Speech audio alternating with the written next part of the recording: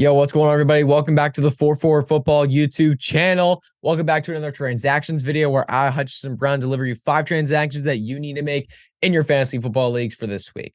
But without further ado, before I get in this video, I'd appreciate it if you were subscribed to this YouTube channel. Click that little notification bell so you'll be notified every single time a new video does drop on this channel. And go to 44.com/plans. Go to the plans page on the 44 website. Again, 44.com/plans. There are plenty of plans you can sign up for and get amazing premium bonus content that's going to help you win your fantasy football leagues. Without further ado, let's get right in this video. Again, this is 5 transactions that you need to make in your fantasy football leagues for this week. We are trading for Derrick Henry. His playoff schedule is absolutely insane. In weeks 12 through 17, he has 5 bottom 10 run defenses to play against. That's 5 of the next 6 games for him, including 2 Houston matchups in weeks 15 and week 17. We know he likes to destroy the Houston Texans, and their run defense is still pretty bad this season. I know Derrick Henry's been struggling at times this year, and it's been a little bit on and off for him. But this schedule in the cold, we're entering the winter weather. I mean, this is a situation where Derrick Henry is going to thrive. He does it every single season.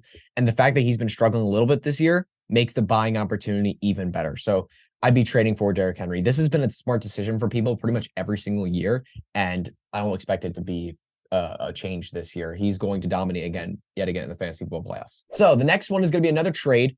We are trading for Jaxon Smith-Njigba, Seattle Seahawks wide receiver. Look, since the bye week, he's had 12 plus PPR points in 3 of 6 games. His lowest snap share post-bye is better than his highest snap share before the bye. That's how good it's been. He's been on the field. He's been getting a lot of volume, and he's been doing all right for fantasy football. And looking at his next stretch, I mean, his rest of season schedule, like if you look at it on Sleeper, it's all green, baby. I mean, he's got a nice schedule for the rest of the season. So I'm really hoping that, late season rookie breakout comes in for Jaxon Smith-Njigba. He's somebody that I am looking to trade for. All right, next transaction we got to get to here. We are talking about Ken Walker. We are trading him away. We want to get him off our fantasy football teams. I know he's injured right now, so if your trade deadline allows it, you might want to wait a week or two to see if he can get healthy, because he is not going on IR. All reports have shown that he's not going to be going on IR, so he should be coming back within the next 2 or 3 weeks at least.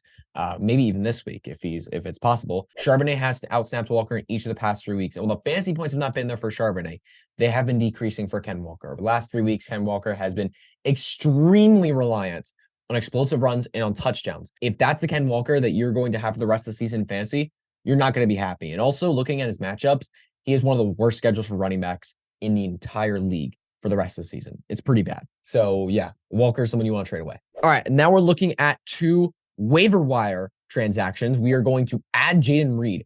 I can't believe I'm talking about this one, because when I looked at it, Jayden Reed is still owned in 42% of sleeper leagues. That's mind-blowing to me. Jayden Reed has flashed so much talent. He's been fantasy relevant. I don't understand how he's rostered in only this many leagues.